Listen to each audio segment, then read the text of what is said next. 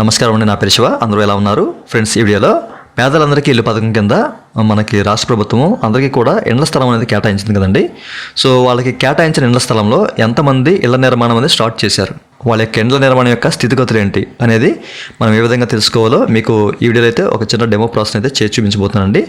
So దీనికి సంబంధించిన link ఈ వీడియో కింద డిస్క్రిప్షన్లో ఉంటుంది. సో క్లిక్ చేసి అయితే మీరు చెక్ చేసుకోవచ్చు అనమాట. ఓకేనండి.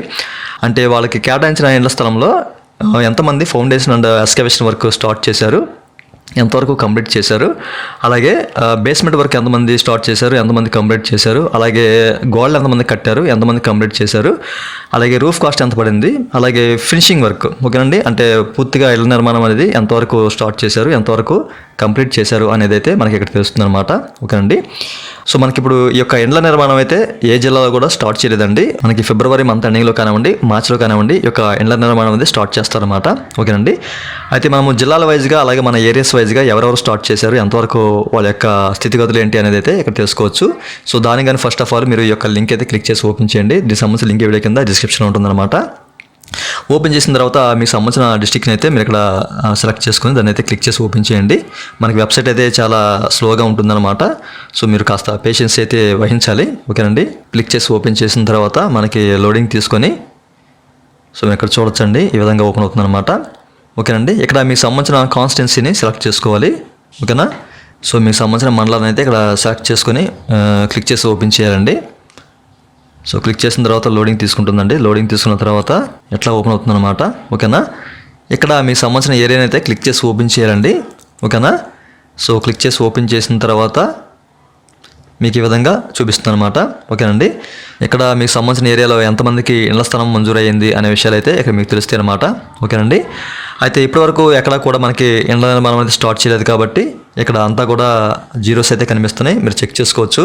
ఒకవేళ మీ యొక్క ఏరియాలో ఇళ్ల నిర్మాణం అనేది స్టార్ట్ చేస్తే కనుక సో దానికి సంబంధించిన డీటెయిల్స్ అనేవి ఇక్కడ చూపిస్తానమాట. ఓకేనండి. ఎంతమంది foundation and excavation work start చేశారు, అలాగే ఎంతమంది బేస్మెంట్ వర్క్ అనేది స్టార్ట్ చేశారు, అలాగే ఎంతమంది గోడలు కట్టారు, అలాగే రూఫ్ కాస్ట్గా ఎంత అయింది, అలాగే చివరికి మనకి ఇళ్ల నిర్మాణం పూర్తిగా ఎంతమంది కంప్లీట్ చేశారు అనే విషయాలు కూడా మీకు ఇక్కడ తెలుస్తాయి అనమాట. సో దీని ప్రకారం అసలు మనకి ఇళ్ల నిర్మాణం స్టార్ట్ అయిందా లేదా అనే విషయాలు కూడా తెలుసుకోవచ్చు అనమాట.